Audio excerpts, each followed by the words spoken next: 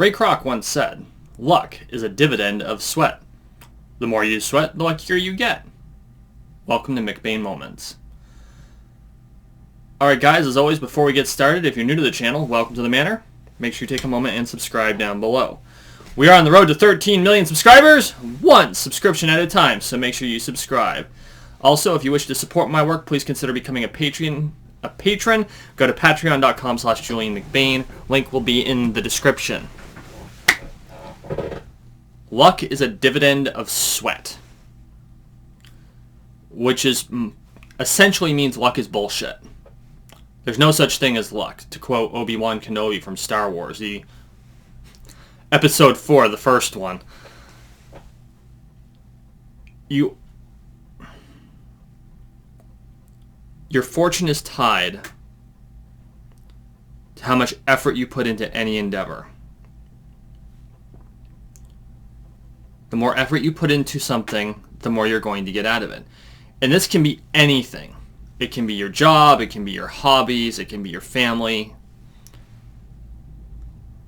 With rare exception, the more effort you put into anything, the more you're going to get out of it. And Grant Cardone's The 10X release says, you're 10Xing something in your life. You are putting maximum effort into something in your life. It doesn't necessarily mean it's the things you need to put it into, but there's something you're doing it for. If you want to see your circumstances improve in any individual sector, redirect the energy from what you are currently putting that energy into and put it into that thing you want to improve. And over the course of time, you will see it improve. The irony is that there is a geometric return for extra effort. I believe the statistic is for 10% more effort, you get up to 40% more return. Think about that for a moment. For 10% more effort sustained over time, you get 40% return. That's a lot. That's a huge. And the reason why is because you build up extra sustained results over that time. So if, as an example, if you work 40 hours a week and you make $10 an hour, you're making $400 a week. If you work 45 hours a week, well, that last 5 hours is time and a half. Now you're making $475 a week. Your return is 18.5%, I believe, higher than you would have initially had. And at the end, if you consistently do that, your annual salary will be 18.5% higher. But you can now take that 18.5% and put it into something else, like savings, investment, reducing debt. Over the course of years, you will be so much further ahead just by working those 5 extra hours than you would have been just working the 40. And 5 hours isn't a huge amount of extra effort in a week. It's really not. Another example is if I put 2 hours into a YouTube channel a week. 2 hours. It's not very much time. That's enough time to make, produce, and do all the work for 2 to 3 videos. As opposed to putting 8 hours in a week and producing 7 videos. What do you think the difference in my return is going to be? How many extra views am I going to get? How much more watch time will I get? How many more subscriptions will that end up paying because of that extra effort? Think about it. Of course, there are other considerations on something like that. What niche did you choose? What kind of videos are you producing? How fast are you able to complete certain things? How big is your library building up? The more videos you produce, the faster that library is going to build, though. That's why I chose to do 400 videos this year. Effort geometrically produces results. And the return for a small amount of effort is going to be much larger than expected.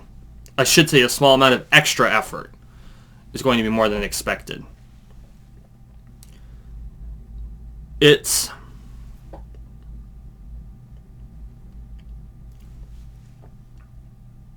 It's part of the Pareto distribution.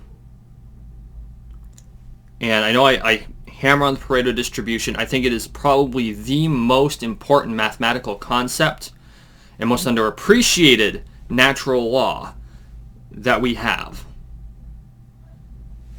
The more you succeed, the faster you'll succeed. And the faster you succeed, the more you'll succeed. And the same goes the other direction. The more you fail, the faster you fail. It's a mental game. And the thing is that failure is easy because all it requires is apathy.